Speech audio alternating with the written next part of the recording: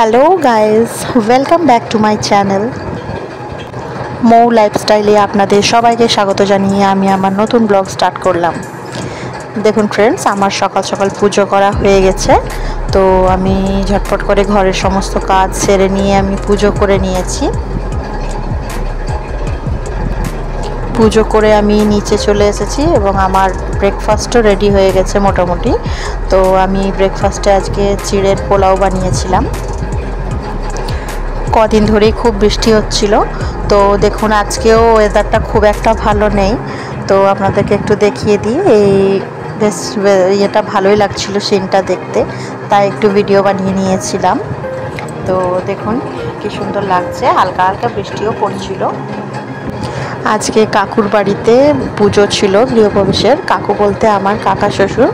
তো ওনার বাড়িতে আজকে আমাদের গৃহ প্রতিষ্ঠা হয়েছে, নতুন ঘর বানিয়েছে উনি। তো ওনার গৃহ প্রতিষ্ঠার পুজো ছিল, তাই দেখুন আমার কাকু আর আমার দেওর বসে গেছে, আমার কাকার ছেলে। তো এখানে আমার ননদরা সব বসে আছে, ওরা সব জোর জোগাড় করছিল। এটা আমার যা। তো সবাই বসে গেছে পুজোর জোগাড় করতে।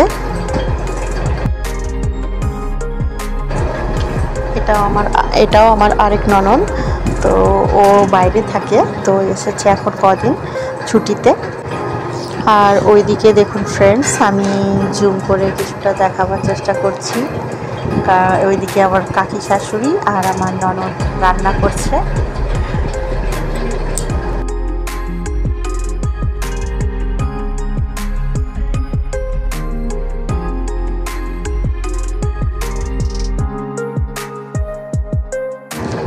আর এদিকে দেখুন আমার দেওর আর আমার কাকা শ্বশুর পুজোতে বসে গেছে, দুজনে পুজো করছে, মানে পুজোর সমস্ত নিয়ম বিধি যা ছিল সেগুলো সব সম্পন্ন করছিল।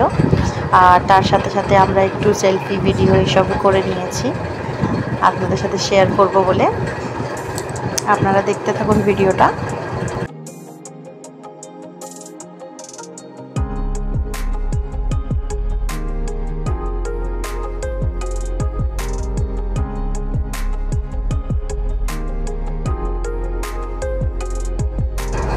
আর এখানে আমার শাশুড়ি মাও চলে এসেছে, পুজো দেখছিল বসে।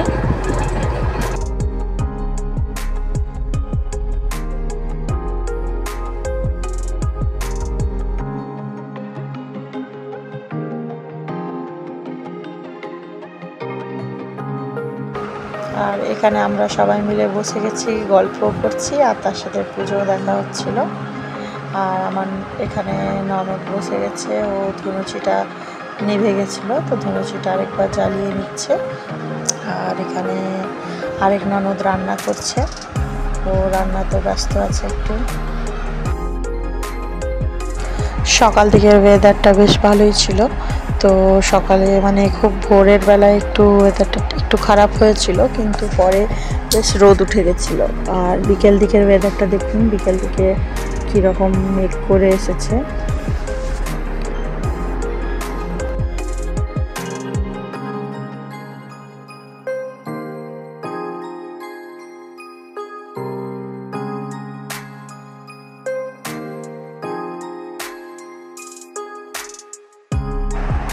দেখুন ফ্রেন্ডস, আকাশটা দেখতে কি দারুণ লাগছে, খুব ভালো লাগছিল।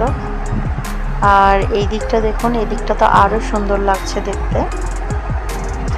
আর এত সুন্দর ওয়েদার আছে যখন, তখন একটু গরম গরম চা আর পকোড়া না এলে কি হয়। আর আমার ছেলে তো পকোড়া সস দিয়ে খেতে, টমেটো কেচাপ দিয়ে খেতে খুবই ভালোবাসে। তো তাই দেখুন আমার পকোড়াগুলো মোটামুটি হয়ে গেছে, আর আমি এদিকে চাও বসিয়ে দিচ্ছি। একটু লাইটটা একটু খুব কম ছিল বলে একটু ঠিক সেরকম দেখানো যাচ্ছে না। তো আমার দেখুন আরও কিছু পকোড়া আছে, এগুলো বানিয়ে নিলেই আমার কমপ্লিট হয়ে যাবে। তো ফ্রেন্ডস, ঠিক আছে, আজকে এখান পর্যন্তই থাক। নেক্সট ভিডিওতে আবার আপনাদের সাথে নিশ্চয়ই অন্য ভিডিও নিয়ে আপনাদের কাছে আসবো। Bye bye, take care.